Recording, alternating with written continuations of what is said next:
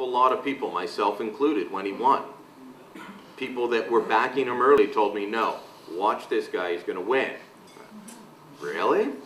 Really? But he did. And he's handling himself quite well. I've interviewed him twice, once during the leadership and once on CFRA about the issue of your hydro bill, which you're also happy about. And I'll talk about that more in a minute. I have to check and see if he signed my petition, Fire Bob. He said he agreed with the premise. So there's new leadership in terms of Patrick Brown at the provincial level. Federally, without a quota, the federal Conservatives elected a woman as their interim leader without a quota. Can you imagine that? You know why? You know why they did that? Because it's 2015. They didn't need a quota. They didn't need a quota. And if you notice their front bench in question period, sharp women that ask tough questions, who then get mocked by liberal men. Liberal men like John McCallum and Justin Trudeau laughing at Michelle Rempel. Absolute shame. John McCallum at least had the gravitas to stand up and apologize. Admitted that, yes, I may have meant it this way. I can see how it could have been taken the wrong way. I didn't mean it that way. He fully apologized. He didn't do, I'm sorry, but. He actually apologized. Justin Trudeau did not, even though he looked across the aisle in the middle of question period and said, I'm laughing at you. That's the new tone of respect and dignity in Parliament that they promised. So but you've got new leadership in terms of Ron Ambrose as well. Jack taking on new leadership position inside the Ontario PC party. There's rebirth inside the movement as well. Groups like the landowners have been around a long time, and hopefully they continue to grow. There's also new organizations that some have, and some that have Eastern Ontario roots, like Conservative Voice. I was at a fundraiser for the Conservative Voice at the Marriott on Wednesday night. A few of you were there. Great organization. Started primarily by a couple of guys from Eastern Ontario. Their new national executive director is Elise Mills out of British Columbia. If you ever torture yourself by watching Power and Politics on the state broadcaster, you will see her there defending conservative ideals, doing it with a smile, doing it with style, and doing it forcefully. She does not back down from a fight. So we've got organizations like that. And if you don't know them yet, you should check them out. And then I'm going to give a plug for my own, The Rebel. We launched within hours, really, of Sun News coming to a spectacular crashing halt on Friday the 13th, back in February. I filmed my first video in my living room the day that we got the news that we were shutting down. Ezra a couple days later in his own living room, and we literally grew from there. My friend Glenn Beck started The Blaze when he left Fox. Well, he started The Blaze before that, and then it became bigger, and it became a TV network, radio network as well. And he always likes to call The Blaze, he says, this is the network that you are building. And I was an early subscriber, and I would hear it, and I'd say, that's kind of hokey, I guess, kind of hokey. And now I'm doing it here. And The Rebel really is the network that you are building. The only reason we exist, because we don't take, thank you. Oh, thank you. We don't have a subscriber fee yet. We keep trying to figure out how to do it and be successful at it, and also give the viewers what they would expect for a monthly subscriber fee of $6 or $7 or whatever. But right now, we're surviving on donations and a bit of ad revenue. But I can tell you this, there is an appetite. When the NDP won in the great province of Alberta, you should have seen our traffic skyrocket. Why? Because we were covering things that the media in Alberta wouldn't about this new government of socialist hordes.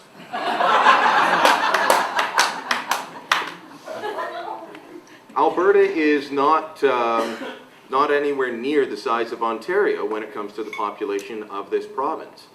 But it equals Ontario in terms of our traffic and our support base right now. Those are our two big areas, Ontario and Alberta, because we're telling the stories that nobody else is. We're trying to do that in Ontario, and that's part of the whole Fire Bob petition that we started and tracking on hydro issues. We're small, but we're growing. In Alberta, they've got a government that is trying to make it illegal for your kids to help work on the family farm. Shame. Can you imagine that? How many of you picked rock or picked eggs or did something on your family farm, drove a tractor when you were growing up? And probably every one of you that grew up on or near a farm or had an uncle or aunt with a farm. It's just how life works. But this NDP government in Alberta doesn't get it, and they are facing the biggest backlash that I don't think they ever expected. As somebody said, when you've annoyed the Hutterites and the Mennonites and they're coming out to protest in force, you know you've screwed up. And that's what's happening right now. We need to harness the same sort of energy in Ontario, and that's part of what we're trying to do with the Rebel, and I know that with the PCs, that's part of what you're trying to do. You want to get people excited. For some reason, we haven't been able to make this idea that the fact that we're all becoming poor due to our power bills is due to the bad policy choices of the Ontario government. These guys are made of Teflon so far. The policy choices that lead to age-inappropriate sex education, going from things that used to be taught at grade 9 level being shoved much further down. Disgraceful. But it's not sticking to them. We've got to figure out how to make that stick, how to connect that in people's minds. Most of the media will not tell the truth on these stories. That's why if you oppose the sex education curriculum, my issue with it from back in 2009, when did it first come out and we all found out about it and Dalton back down? It was 2009 or 2010. And I said, it's age inappropriate. And they said, well, why don't you want kids to know that sex exists? Why do you keep kids in the dark? I said, no. That's not it. What they want to teach and when they want to teach it is age inappropriate. It doesn't match, and this is wrong. See, part of the tactic of the left is to try and mischaracterize you at every turn. So if you oppose sex ed, you're opposed to kids having knowledge. No, if you're a parent, you know there's a time and a place to teach certain things. So I refuse to give in to their characterization. Just like when I raised opposition to the refugee rush, I said, hold on, 25,000 in a month? That's crazy. You simply cannot process them. No. Health checks, security checks, actually finding them a place to live. You can't do that. Well, you're a bigot. What? Well, why are you against refugees? Why are you against immigrants? Well, first off, my parents are immigrants, so take that back. Secondly, we're talking about process. We're talking about how you actually accomplish something. So that's an important lesson that I try and tell everyone is that sometimes you have to walk into the fire or walk towards the fire. Because whether you want it or not, the fire is coming for you. And the fire is how they will characterize you when you stand up for a principled position. If you're opposed to 25,000 refugees coming to Canada in 30 days from one of the world's most dangerous spot right now, a place filled with civil war, terrorism, are you a bigot for saying, slow down a minute, pal? Does that make you a bigot? No. But that's how you'll be characterized. You can't let them do that. You've got to respond and challenge them and say, tell me what's bigoted about that. Now, if you go around and, sound like some other people saying crazy things, yes, you're going to get called a bigot and it may stick. But I choose my language carefully for a reason. It's a principled position that I'm holding of 25,000 people in 30 days is impossible under all circumstances, logistically, screening-wise. It's unfair to the people that you're trying to rush over here as well. I've been talking to the, just as an aside, I've been talking to the bureaucrats on background. They give us briefings. We're not allowed to quote them, not directly. We can't attribute what they say. But they've admitted to us that a lot of the people they approach that say, yes, I'd like to come to Canada, then turn around and say, but I can't come right now. These are people that have been in camps, or they moved to Beirut. They have a life, and they have to tie up loose ends. They've got an apartment that they live in, they've got their belongings, they've got extended family. They can't just say, okay, next week, get on a plane, go to Canada. I mean, think about that for your own life. Even if you were displaced, if you've been living there for 2-3 years, could you pack up and leave in a week? So these people that believe they're doing all this good are finding out that, oh, my good intentions may not actually translate into the action that I wanted. Because why? Reality. Thankfully, reality is on the side of conservatives. So there is this rebirth on all these different levels. The new leadership at the different party levels, the rise of groups like Conservative Voice and the Rebel. And I know many of you subscribe and or have signed up for our email blast and so on. Continue to do that, whether it's the Rebel or Conservative Voice or elsewhere. The difference between our side and the other side is that our side relies on regular people supporting them, regular people showing up to volunteer like all of you do, regular people giving donations. The other side goes to their union friends, and the unions cut them a big check, or the government cuts them a big check, and then they're able to do what they want to do. They don't actually have to get support. Now, Debbie was mentioning all the unions coming out to the convention for the Ontario PCs. The only downside of that is that those hospitality suites are filled with union executives, because the union membership more likely supports the Ontario PC party than not, or a good chunk of them will. The Ontario Federation of Labour admitted that 30% or more of their members vote for Conservatives. That's why they campaign so hard against Conservatives, because they think all their people should vote for the NDP. That's not reality. So the executive normally against Conservative ideals, but the membership, just like regular Canadians, are for it. Let me ask you this. I often hear Conservatives say, I always feel alone, you know, that Liberals are everywhere, New Democrats are everywhere, but there's not a lot of Conservatives. And I've heard that from some of you in this room. Anyone here like country music? Anyone? Country music is one of the biggest, most successful genres in music right now. It's why Bob FM switched to country. It's why we have 2 country stations in this city. It's why stations across Canada and the United States have flipped to that format. It's popular. #1 group for it, young women. But you don't hear country music talked about on all the popular shows. It doesn't get covered in the same way that other artists get covered. Beyonce, Kanye, all these celebrities that if you watch Entertainment Tonight or anything like that, they're going to talk about these people constantly. Well, I'm in the business, so I see numbers.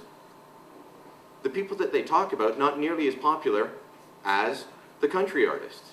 It's kind of that way with conservatives. More people are conservative or open to conservative ideas than you realize, or that the media will give credit for, or that sometimes we'll give our own selves credit for. So as we go through this rebirth, we've got to remember that. But to complete a rebirth of putting forward conservative ideas and ideals at the forefront, and we obviously lost that fight, we've got to figure out how to sell the message. When I say we lost that fight, I mean in the last federal election and in the last provincial election. The idea that debt and deficits are bad, I think we took as a given for a long time, right? It's just, I remember I figured out that when the Ontario NDP several elections ago ran on a balanced budget platform and no new taxes, you're like, all right, the message is finally sunk in, even the NDP saying this. Then this thing happened called Occupy Wall Street.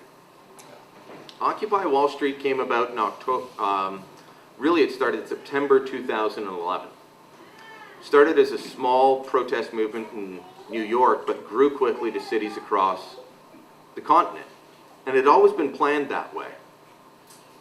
Those of us that watched closely knew that it was coming to the different cities. And I remember telling them, son, this is going to get big, we have to cover it. No, no, no, it's just a small, no, it's getting big. It became huge. And it became an obsession for a few months, and then those camps were broken up in city after city, and a lot of people thought the message went away. It didn't. The message of Occupy Wall Street was, the rich aren't paying their fair share, the government needs to spend more, we need to tax the rich and redistribute wealth. That message has won for President Obama, for Kathleen Wynne, and for Justin Trudeau. A message that goes against what we thought was the accepted wisdom. Taxes low, pay down debt, don't run deficits. That will grow an economy, that will get people jobs. To quote the Americans, these are truths we see as self-evident, right? The general public is not there anymore.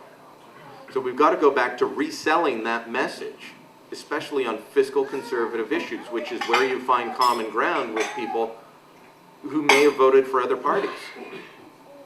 You've got to go back and relearn the lessons of the past, figure out how to convince people that this is the right message, and not just say, we're going to keep deficits down. Well, why? Deficit spending is good, it creates jobs, right? No, it doesn't, we know that. We've got to keep taxes low. Yeah, but I get stuff from government. No, government takes from you and redistributes wealth. We've got to sell that message again of why these things are bad, because the public has forgotten. I think they're about to learn over the next several years as their wallets and paychecks get lighter. But we've got to sell that message again and do it. John Robson always says, say it with a smile, and I agree. Now, if you know John, that's quite fascinating coming from John. He can be dour, no. John is a hoot.